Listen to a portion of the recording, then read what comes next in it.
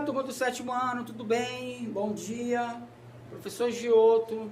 Hoje, 16 de junho, nós temos História. Nós temos aula de História. Eu queria dar continuidade, tá? Nós trabalhamos na aula passada sobre a formação do Estado moderno, né? Nós estamos aqui na página 128, 129, agora nós vamos para a página 130. Página 130 com a monarquia inglesa, tá? É o nascimento da monarquia inglesa.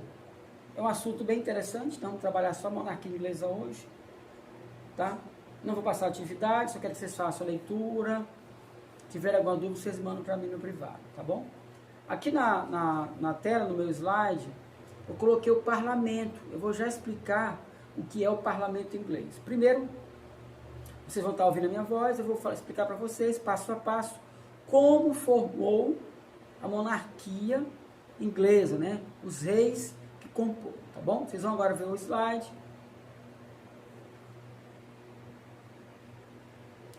Vocês estão observando aí, pessoal, na televisão, nesse slide, a formação do parlamento inglês, tá? Mas ele não começou no início, tá bom? Ele não começou no início. A monarquia inglesa, ela começa lá no século XI, o Guilherme I, ele era chamado o Conquistador, tá? Porque ele conquistou muitas terras. Ele era duque da Normandia, né? Normandia, que ficava ao sul, aliás, ao norte da França, tá? Então, ele era de uma região francesa, que como o codinome dele, o apelido é chamado de O Conquistador, ele conquistou, na época, a Inglaterra, tá bom? Na época, ele pegou pessoas mais próximas a ele e criou xerifes, que eram cargos como se fosse de polícia, para fiscalizar. E proibiu guerras, tá? No seu reinado. Tinha muitas guerras na época, guerras internas, para a conquista de colônias e terras. Então ele proibiu isso aí, tá bom? E também ele pediu, tá? Que os burgueses, né? Jurassem fidelidade à coroa, tudo perpassasse por ele, que ele fosse o principal, tá? Então, os feudos na época, né, que foram transformados em burguesia, eles deveriam ter fidelidade à coroa. Isso aí lá no início do século XI, Guilherme I. Na sequência, Guilherme II, que veio de 1154 a 1189, ele foi sucessor de Guilherme I, o conquistador. Ele foi sucessor, ele veio depois, tá? Então, ele trouxe o quê? Na época, ele também tentou monopolizar o seu governo, que tudo que tinha lá, tudo e todos, né, tinha que ser julgado pelo rei, tá? Tirando aí alguns poderes de alguns soberanos locais. Então ele trouxe o poder, ele centralizou o poder para ele, tá bom? Tem também o seu filho, né? O Ricardo Coração de Leão. Ele foi o primeiro filho, né? Ele foi o primeiro filho de Henrique II. Só que ele passou muito tempo, pessoal, nas guerras, tá? Nas cruzadas da época, a serviço do seu próprio império, tá bom? Ele passou muito tempo lá e ele não conquistou, não fez leis, na época ele vivia muito tempo fora. O João Sem Terra, ele era filho de Henrique II também, fez grandes guerras, demoradas e derrotadas. Olha o nome, João Sem Terra. Ele teve esse apelido porque ele perdeu várias terras por conta disso, tá? Nome interessante, né? Nas guerras, né? ele, de tanto ele perder suas terras, quando terminavam as guerras, já o país praticamente falido, ele mandou aumentar os impostos, que não é bom para governo nenhum, né? Para poder bancar a guerra e os seus custos. Depois ele foi obrigado pelos nobres, que frequentavam lá a corte, a criar uma Carta Magna. Essa Carta Magna, pessoal, é a Constituição. É como se fosse a nossa Constituição, tá?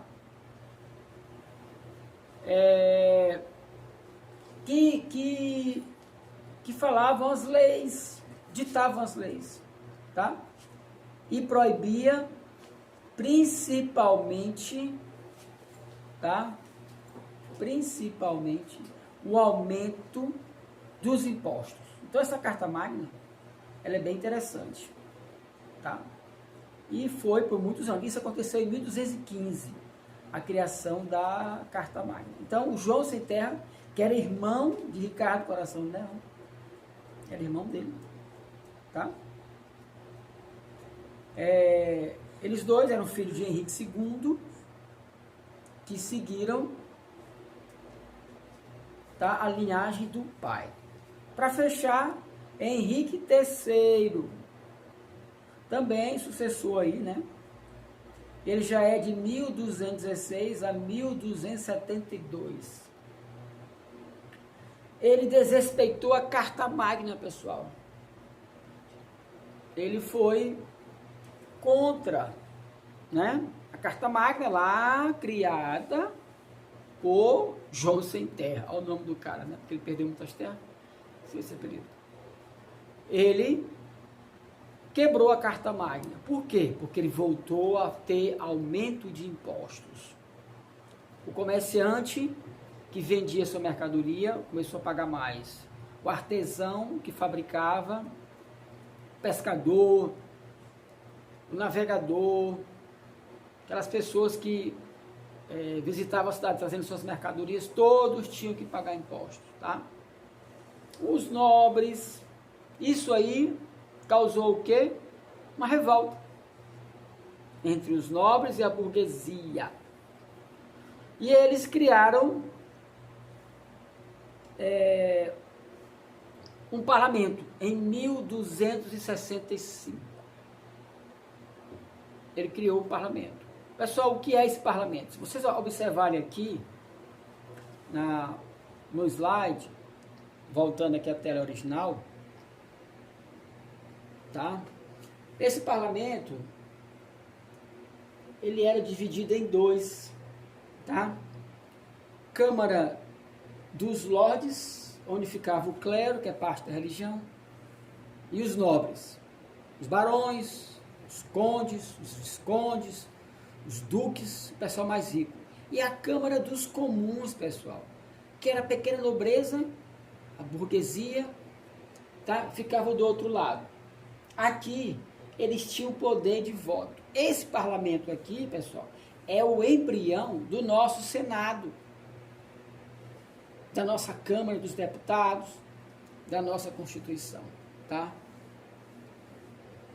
Então, essa fotografia aqui, lógico, não é fotografia, é um retrato, tá? Esse aqui é um retrato que demonstra aqui os juristas da época assinando os prazos, os valores, do que tudo que era pensado aqui nesse parlamento.